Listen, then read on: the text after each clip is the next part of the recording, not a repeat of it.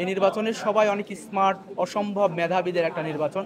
এখানে যদি কোনো ধরনের প্রহসন, কোনো ধরনের মতামতকে অপেক্ষা করা হয়, আসলে নির্বাচনটা প্রশ্নবিদ্ধ থেকে যায়। অমোচনীয় কালি প্রথম ধাপটাই যদি এরকম সংখ্যার থাকে, তাহলে আসলে বলবো যে আমাদের জন্য আশার প্রতিফলন হয়নি। আমরা চাই যে চট্টগ্রাম বিশ্ববিদ্যালয়ে আমরা যে ইশতেহার দিয়েছি, সেই ইশতেহারের মাধ্যমে আমরা যেন কিছু কাজ করতে চাই। আমাদের ভাই বোনেরা যদি সেই সুযোগ দেন, ইনশাল্লাহ আমরা চাকসুতে যদি বিজয়ী হই, আমরা আমাদের ভাই বোনদের যে চিন্তার প্রতিফলন সেটা ঘটানোর সর্বাত্মক চেষ্টা করবো ইনশাল্লাহ।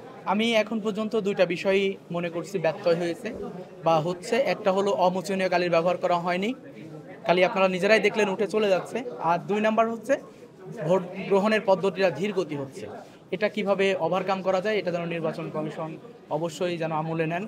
এবং আমরা মনে করি যে একটা বিশ্ববিদ্যালয়ে নির্বাচন, এই নির্বাচনের সবাই অনেক স্মার্ট, অসম্ভব মেধাবীদের একটা নির্বাচন।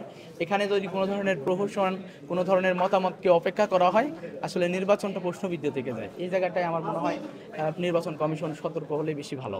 ভিপি প্রার্থী হওয়ার কারণে সবগুলো বিষয় সমন্বয় করতে হচ্ছে। এখন পর্যন্ত একটা বিষয় বারবার আসতেছে, সেটা হচ্ছে ভোট গ্রহণের পদ্ধতিটা খুবই ধীর গতি হচ্ছে। অনেকে দেখা যাচ্ছে যে আমাদের সমাজ বিজ্ঞানের এদিকে আমরা শুনলাম যে একটা বুথে এখন পর্যন্ত 1 ঘন্টা প্রায় চলে যাচ্ছে, সেখানে ভোট পড়েছে 6-7টা, মানে খুবই ধীর গতি হচ্ছে। এটা কিভাবে ওভারকাম করা যায় একটু দেখলে বেশি ভালো হবে। আমরাই দাবি করেছিলাম যে যেন ভোটার তালিকাটা ছবিযুক্ত হয়। তো যেহেতু ছবিযুক্ত ভোটার তালিকা হচ্ছে, এটা আমরা খুবই খুশি। আমরা আরও প্রস্তাবনা রেখেছিলাম যেন অমোচনীয় কালির ব্যবহার করা হয়, তাহলে এটা আসলে একদম পরিপূর্ণভাবে সংখ্যামুক্ত হতো। দেখুন, যিনি বিশ্ববিদ্যালয়ে ফার্স্ট ইয়ারে ভর্তি হয়েছে, সে কিন্তু 6 বছর আগে ভর্তি হয়েছে।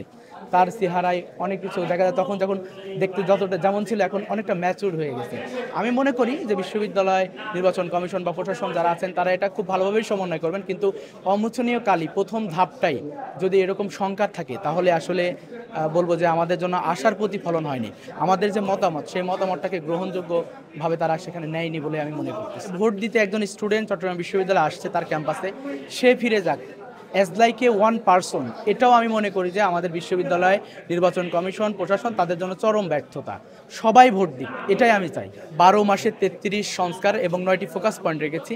আমাদের ক্যাম্পাসে যদি দেখেন, সবচেয়ে যে কঠিন জায়গাটা সেটা হচ্ছে আবাসন।